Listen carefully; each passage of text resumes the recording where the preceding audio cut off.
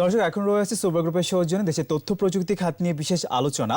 আর আলোচনার জন্য আমাদের সঙ্গে যুক্ত হচ্ছেন Bangladesh association of software and information services বেসিসের প্রেসিডেন্ট সৈয়দ আলমাস কবির।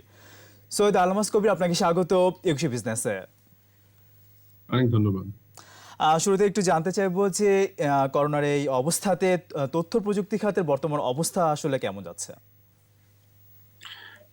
আমরা দেখেছি যে গত বছর যখন করোনা আমাদেরকে সবকিছু বন্ধ করে দিয়েছিল, ব্যবসা বাণিজ্য, সেই প্রভাব সারা পৃথিবীর মতো বাংলাদেশেও পড়েছিল এবং আমাদের আইসিটি ইন্ডাস্ট্রিও এটার মানে এই সাফার করেছে।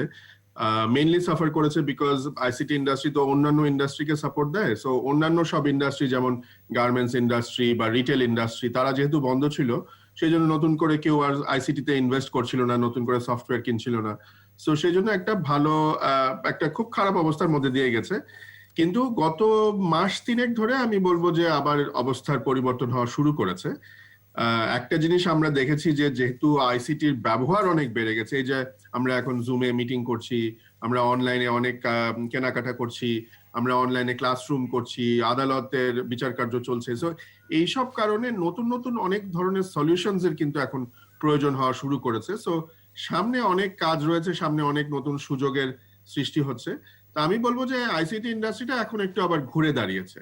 সো সেটা বলতে পারেন যে একটা ভালো দিক। আর একটা বলবো যে সাপে বর যেটা হয়েছে, ব্লেসিং ইন ডিসগাইজ, সেটা হচ্ছে যে মানুষের আইসিটির উপরে যে নির্ভরতা সেটা অনেক বেড়ে গেছে এবং মানুষ এখনো কিন্তু অনেক আইসিটি স্যাভি হয়ে গেছে। আগে যারা কখনো হয়তো অনলাইনে কেনাকাটার কথা চিন্তাও করেনি, তারাও কিন্তু এখন সেগুলোতে অভ্যস্ত হয়ে গেছে। সো আমি বলবো এটা একটা ভালো দিক হয়েছে যে আইসিটিতে মানুষকে অভ্যস্ত করে ফেলেছে এই প্যান্ডেমিক। আচ্ছা আচ্ছা, সেক্ষেত্রে একটু জানতে চাই যে তথ্য প্রযুক্তি খাতের যে একটা লক্ষ্যমাত্রা ছিল 2021 সালের মধ্যে $5 বিলিয়ন রপ্তানি লক্ষ্যমাত্রা, তো সেক্ষেত্রে আসলে কি অবস্থা? তো সেটি অর্জনের জন্য আসলে কোন কোন জায়গায় আসলে বেশি গুরুত্ব দেওয়ার দরকার সরকারের কাছে, বা কি প্রত্যাশা আপনাদের? জি, আমাদের এক্সপোর্টের টার্গেট আপনি জানেন যে 2025-এর মধ্যে আমরা $5 billion software, IT enable services এবং ডিজিটাল ডিভাইসেস এগুলো রপ্তানি করতে চাই। এগুলোর জন্য বেশ কিছু কাজ চলছে আমাদের দেশে। সরকার কিন্তু প্রায় 39টার মতো software technology park, high tech park, incubator এগুলো কিন্তু তারা তৈরি করছেন এবং এর ইতিমধ্যে কিন্তু প্রায় 4-5টার মতো রেডি হয়ে গেছে। সো এগুলো একটা ভালো আমাদেরকে সাহায্য করবে যে নতুন নতুন ইন্ডাস্ট্রিকে সেখানে নিয়ে এসে নতুন সফটওয়্যার তৈরি করা বা নতুন ডিজিটাল ডিভাইস তৈরি করা, এটা আমাদের এক্সপোর্টে ডেফিনেটলি সাহায্য করবে। আরেকটি জিনিস যেটা আমি খুব জোর দিয়ে বলতে চাই যে যেহেতু গত বছরে আমাদের একটা মন্দা ভাব গেছে, স্পেশালি এক্সপোর্টে খুব মন্দা ভাব গেছে, যে এক্সপোর্ট কিন্তু আমাদের মোটামুটি বন্ধই হয়ে গেছিল গত বছরে প্যান্ডেমিকের পরে। বিকজ যেহেতু যেসব দেশে এক্সপোর্ট আমরা করি, ইউরোপ, আমেরিকায়, সেসব দেশে যেহেতু লকডাউন ছিল, তো সেখানে তারা সব ওয়ার্ক অর্ডার গুলো ক্যান্সেল করে দিয়েছিল অথবা তারা স্থগিত করে দিয়েছিল। তো সেই কারণে আমরা কিন্তু আমাদের এক্সপোর্ট যে আমরা যেভাবে এগোচ্ছিলাম 5 বিলিয়নের টার্গেট নিয়ে, সেখান থেকে আমরা পিছিয়ে গেছি। তো সরকারের কাছে অনুরোধ যে সরকার যে এক্সপোর্ট ইনসেন্টিভ দেন, ক্যাশ ইনসেন্টিভ দেন, এখন আমরা 10% ক্যাশ ইনসেন্টিভ পাচ্ছি, সেটার জন্য অবশ্যই সরকারকে ধন্যবাদ জানাই। কিন্তু এটাকে যদি মিনিমাম 20% করা হয় কমপক্ষে আগামী 3-4 বছরের 2025 পর্যন্ত, তাহলে কিন্তু অনেকে এক্সপোর্টে উৎসাহিত হবে এবং বড় বড় কোম্পানিগুলো, বড় বড় ব্যবসায়ীরাও আইসিটিতে ইনভেস্ট করার জন্য এগিয়ে আসবে। সো এইটা আমি বলবো যে সরকারের একটু চিন্তা করা দরকার যে 20% ইনসেন্টিভ যদি অ্যাটলিস্ট 2025 সাল পর্যন্ত ঘোষণা দেওয়া হয়, এটা কিন্তু আমাদের এক্সপোর্ট বাড়াতে অনেক অনেক সাহায্য করবে। একই সাথে আমি আরেকটা কথা বলতে চাই যেটা সমানভাবে ইম্পর্টেন্ট, যে শুধু এক্সপোর্ট না, আমাদের যে দেশের ভিতরে যে মার্কেট আছে এটাও কিন্তু কম ছোট না। এটা কিন্তু $1 বিলিয়ন উপরে কিন্তু এই মার্কেটটা, আমাদের দেশের মধ্যে যে মার্কেটটা, সেখানে আমাদের কিভাবে সুযোগ সৃষ্টি করা যায়, কনফিডেন্স বাড়ানো যায়, এখানে কিন্তু সরকারকে অবশ্যই এগিয়ে আসতে হবে। দেখেন, যে কোনো ইন্ডাস্ট্রিকে যখন আপনি সামনের দিকে নিয়ে যেতে চান বা নতুন ইন্ডাস্ট্রিকে, তখন কিন্তু একটা পৃষ্ঠপোষকতার প্রয়োজন হয় এবং এক্ষেত্রে সরকারের পৃষ্ঠপোষকতা সবচেয়ে বেশি দরকার। Because government is the biggest buyer এবং গভর্নমেন্টের যেহেতু একটা ম্যান্ডেট রয়েছে ডিজিটাল বাংলাদেশ তৈরি করার, এবং সরকারের যে অনেক যেহেতু যে সার্ভিসেস গুলো আছে সেগুলোকে তারা অনলাইনে নিয়ে আসবে, এই ধরনের একটা সবগুলো মন্ত্রণালয় সবগুলো এজেন্সিকে ডিজিটালাইজ করবে, এই ধরনের একটা ম্যান্ডেট যেহেতু আছে, পরিকল্পনা আছে, আমি বলবো যে সরকারকে এখানে এনশিওর করতে হবে যে দেশীয় কোম্পানিগুলো যাতে এই মানে তারা কাজগুলো যেন করতে অগ্রাধিকার পারে। পায়, এই জিনিসটা আমরা আরো জানবো আপনার অগ্রাধিকার- কাছ থেকে। তার আগে ছোট্ট একটা বিরতি নিয়ে আসি আমরা। দর্শক, এবার নিচ্ছে একটা বিরতি, ফিরে আসবো একটু পরে, আমাদের সঙ্গেই থাকুন।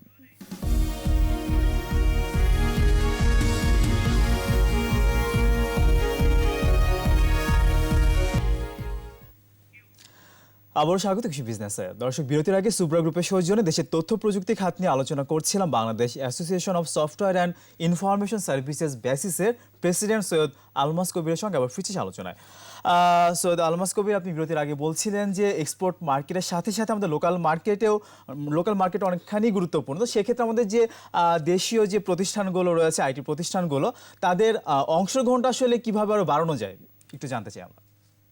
জি, তো যেটা বলছিলাম যে আমাদের সরকার যেহেতু এখানে লার্জেস্ট বায়ার, এখানে সরকারি প্রজেক্টগুলোতে কিন্তু আমাদের দেশীয় কোম্পানিগুলোর অগ্রাধিকার নিশ্চিত করতে হবে।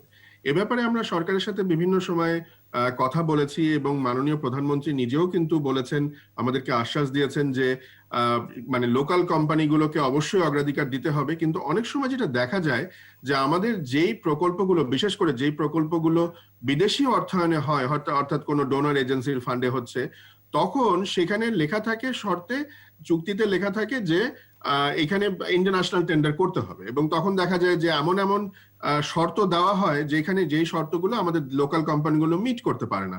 যেমন হয়তো বলা হয় যে $500 মিলিয়ন আপনার ওয়ার্ক অর্ডার থাকতে হবে। তো আমাদের বাংলাদেশের কোন কোম্পানির $500 মিলিয়ন ওয়ার্ক অর্ডার আছে? সো এই তখন আমাদের দেখা যায় যে বিদেশি কোম্পানিগুলো কাজগুলো পেয়ে যায়।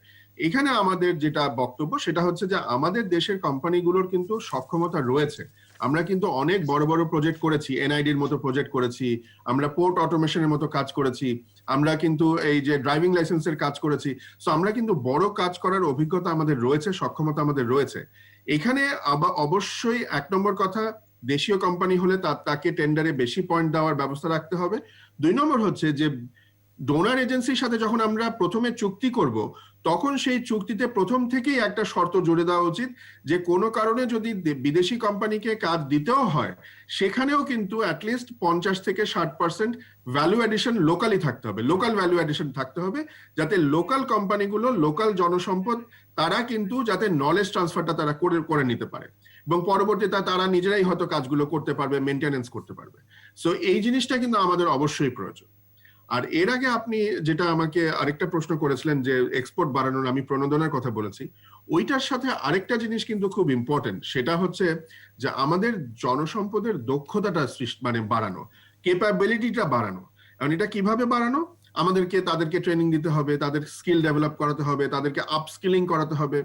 সো এই জিনিসটা আমরা প্রাইভেট সেক্টর থেকে আমরা করছি, সরকারও কিছু কয়েকটি প্রজেক্টের মাধ্যমে করছে, কিন্তু আমার মনে হয় এখানে আরো অনেক বেশি করার আছে। আপনি জানেন যে আমাদের বাংলাদেশে কিন্তু এখন যদি আমি সব ইন্ডাস্ট্রি ধরি, আমি শুধু আইসিটি ইন্ডাস্ট্রি না, ব্যাংকিং ইন্ডাস্ট্রি, আরএমজি, মানে সব ধরনের ইন্ডাস্ট্রি মিলিয়ে যদি আমি বলি, তাহলে অ্যাবাউট 10 লাখের মতো আইসিটি প্রফেশনালস রয়েছে যারা বিভিন্ন জায়গায় কাজ করে। আমাদের টার্গেট হচ্ছে এটাকে ডাবল করা, অর্থাৎ 20 লাখ করা ইন দ্য নেক্সট 3 ইয়ার্স। এখন 20 লাখ আপনি কিভাবে করবেন? এখন বিকজ বছরে কিন্তু আমাদের অ্যাবাউট 22,000-এর মতো ছেলে মেয়ে গ্রাজুয়েট করে আপনার এই কম্পিউটার সায়েন্স বা ইলেকট্রিক্যাল ইঞ্জিনিয়ার বা এই ধরনের সাবজেক্টে। সেটা তো এনাফ না, আপনাকে আরো 10 লাখ তৈরি করতে হবে। সো অন্যান্য সব ডিসিপ্লিনের ছেলে মেয়েদেরকে নিয়ে তাদেরকে ট্রেনিং দিয়ে তাদেরকে দক্ষ বানাতে হবে। এবং বিশেষ করে আমাদের সামনে যে নতুন প্রযুক্তিগুলো আসছে, এই যে আমাদের মনে করেন ব্লকচেন প্রযুক্তি আসছে, আর্টিফিশিয়াল ইন্টেলিজেন্স, বিগ ডেটা, এই প্রযুক্তিগুলোতে আমরা তাদেরকে দক্ষ বানাতে হবে। যদি সেটা আমরা করতে পারি তাহলে কিন্তু আমাদের এক্সপোর্ট নিশ্চিত হবে। এবং আরেকটা শর্ত রয়েছে, যেহেতু আমরা এক্সপোর্ট নিয়ে আসলে কথা বলছি, সেটা হচ্ছে বাংলাদেশের ব্র্যান্ডিংটাকে চেঞ্জ করতে হবে।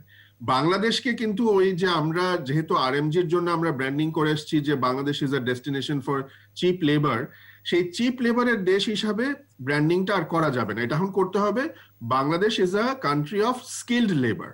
যে এইখানে থেকে যদি আপনারা কাজ করান তাহলে আপনারা ভালো আউটপুট পাবেন, ভালো কোয়ালিটির কাজ পাবেন।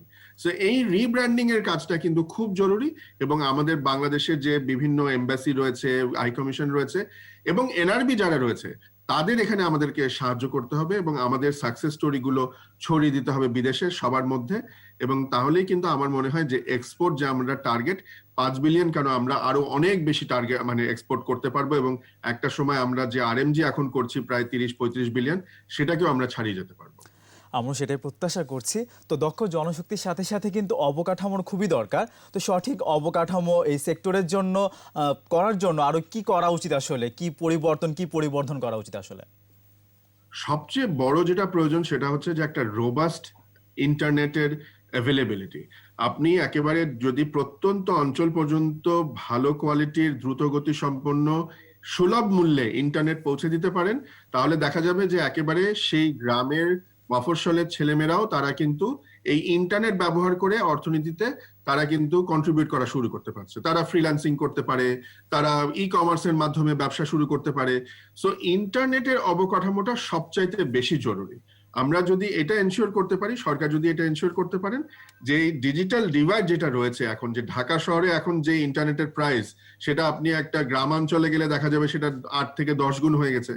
এই ট্রান্সমিশন কস্টটাকে কমিয়ে যদি আমরা এই ডিজিটাল ডিভাইডটাকে ছোট করে নিয়ে আসতে পারি এবং ইন্টারনেটটা ছড়িয়ে দিতে পারি, সেটা হবে সবচাইতে ভালো একটা পলিসি। আর এছাড়া যে সরকার হাইটেক পার্ক গুলো করছেন, ইনকিউবেটর গুলো করছেন, সফটওয়্যার টেকনোলজি পার্ক গুলো করছেন, এগুলোকে দ্রুত শেষ করে সেগুলোকে ভাড়া দিয়ে দেওয়া, মানে ছেলে মেয়েদের মধ্যে কোম্পানিগুলোর মধ্যে দিয়ে দেওয়া, অ্যালোকেট করে দেওয়া, সো দ্যাট সেখানে গিয়ে তারা একটা ভালো ইনফ্রাস্ট্রাকচার নিয়ে তারা কাজ শুরু করে দিতে পারে।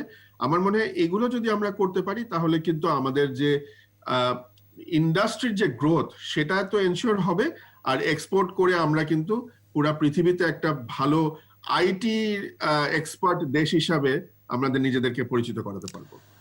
আমরা সেটাই প্রত্যাশা করি। একদম শেষের দিকে একটু জানতে চাইবো যে আমরা চতুর্থ শিল্প বিপ্লব নিয়ে কথা বলি, তো সেটার জন্য আমাদের প্রস্তুতিটা আসলে কেমন হওয়া উচিত বলে আপনি মনে করেন? চতুর্থ শিল্প বিপ্লব যেগুলো আমি বললাম, যেই নতুন যে ফ্রন্টিয়ার টেকনোলজিস গুলো, যে big data, robotics, augmented reality, virtual reality, blockchain, এগুলোতে আমাদেরকে প্রশিক্ষণ দিতে হবে বেশি বেশি করে।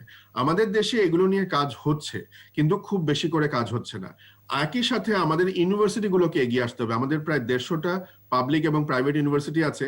তারা যদি এই সিলেবাসে তারা এই জিনিসগুলো ঢুকাতে পারেন এবং কন্টিনিউয়াসলি তারা আপডেট করতে পারেন, তাহলে আমার মনে হয় আমাদের প্রস্তুতি অনেক ভালো হবে। এবং এই ক্ষেত্রে কিন্তু আমাদের বিশ্ববিদ্যালয় মঞ্জুরি কমিশন, ইউজিসির এখানে একটা বড় ভূমিকা রয়েছে। তারা যাতে খুব তাড়াতাড়ি করে এই কারিকুলাম গুলোকে, সিলেবাস গুলোকে অনুমোদন দেন, এটা আমাদের একটা রিকোয়েস্ট। এবং আমরা প্রাইভেট ইনিশিয়েটিভ থেকেও কিন্তু আমরা করে যাচ্ছি। বেসিসের একটি ইনস্টিটিউট আছে বিআইটিএম নামে, সেখানেও কিন্তু আমরা এই ধরনের ট্রেনিং এর ব্যবস্থা করে যাচ্ছি। আমার মনে হয় আমরা যদি একটা দক্ষ জনবল তৈরি করতে পারি, আমরা কিন্তু এই চতুর্থ শিল্প বিপ্লব মোকাবেলা করতে পারবো খুব সহজেই। এবং আরেকটা কথা বলে শেষ করি, সেটা হচ্ছে যে অনেকে আমরা অনেকদিন ধরে মনে করছিলাম যে চতুর্থ শিল্প বিপ্লব হয়তো আগামী 3 থেকে 5 বছরের মধ্যে বাংলাদেশে আসবে। এটা কিন্তু আর এখন ট্রু না, বিকজ প্যান্ডেমিক আমাদেরকে কিন্তু অনেক দূর ঠেলে দিয়েছে, এবং এখন কিন্তু দেখা যাবে যে আগামী 2-3 বছরের মধ্যে আমরা পুরোপুরি ফোর্থ ইন্ডাস্ট্রিয়াল রেভলিউশনের মধ্যে চলে এসেছি। সো সেজন্য আমাদের প্রস্তুতিটা এখনই প্রয়োজন, মানে এখন আর প্ল্যান করার সময় নেই, এখনই কাজ করতে হবে। এবং আরেকটা জিনিস হচ্ছে যে আমাদের 5G যে নেটওয়ার্ক, সেই 5Gটা খুব তাড়াতাড়ি সম্ভব চালু করতে হবে, বিকজ 5G ছাড়া কিন্তু আমরা এই চতুর্থ শিল্প বিপ্লবের প্রযুক্তিগুলো ব্যবহার করতে পারবো না। সো আমাদের একটা যে অবকাঠামোর কথা যেটা আগে বলছিলাম, চতুর্থ শিল্প বিপ্লবের যদি আমরা সুবিধাটা নিতে চাই, তাহলে 5G নেটওয়ার্ক ছাড়া সেটা হবে না। এবং সরকারের কাছে অনুরোধ, যত শীঘ্র সম্ভব এই 5G নেটওয়ার্ক তাড়াতাড়ি করে এস্টাবলিশ করে দেওয়া হোক সারা বাংলাদেশে। সেটা আমরা প্রত্যাশা করছি। সার্বিক দক্ষতা দিয়ে আমরা এই সেক্টর অনেক দূর এগিয়ে যাব, সেই প্রত্যাশা নিয়ে শেষ করছি। আপনাকে অনেক ধন্যবাদ আমাদেরকে সময় দেওয়ার জন্য। ধন্যবাদ। দর্শক, সুব্রা গ্রুপের সৌজন্য এতক্ষণ দেশে তথ্য প্রযুক্তি খাত নিয়ে আলোচনা করছিলাম Bangladesh association of software and information services বেসিসের প্রেসিডেন্ট সৈয়দ আলমাস কবির।